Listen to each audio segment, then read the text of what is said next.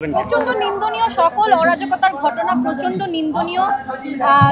এইভাবে বিভক্তি সৃষ্টি করা হচ্ছে, এইভাবে অশান্তি সৃষ্টি করা হচ্ছে, সেটাতে আমরা নিরাপত্তাহীনতায় ভুগছি সবাই, আমরা সাধারণ জনতা সবাই, এবং সেটা তীব্রভাবে নিন্দনীয়। আমরা আবার অনেক সুন্দর এক্সাম্পলও তো দেখেছি, তাই না? উদাহরণ দেখেছি আমরা কিভাবে পাড়ায় পাড়ায় একত্রিত হয়ে আমরা ডাকাত প্রতিহত করছি, আমরা এই দুর্বৃত্তকারীদের প্রতিহত করছি।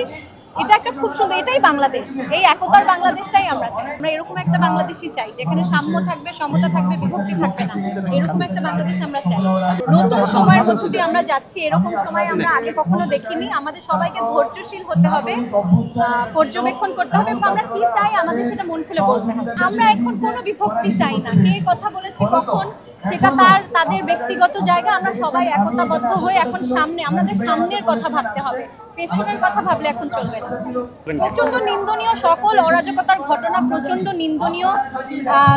এইভাবে বিভক্তি সৃষ্টি করা হচ্ছে, এইভাবে অশান্তি সৃষ্টি করা হচ্ছে, সেটাতে আমরা নিরাপত্তাহীনতায় ভুগছি সবাই, আমরা সাধারণ জনতা সবাই, এবং সেটা তীব্রভাবে নিন্দনীয়।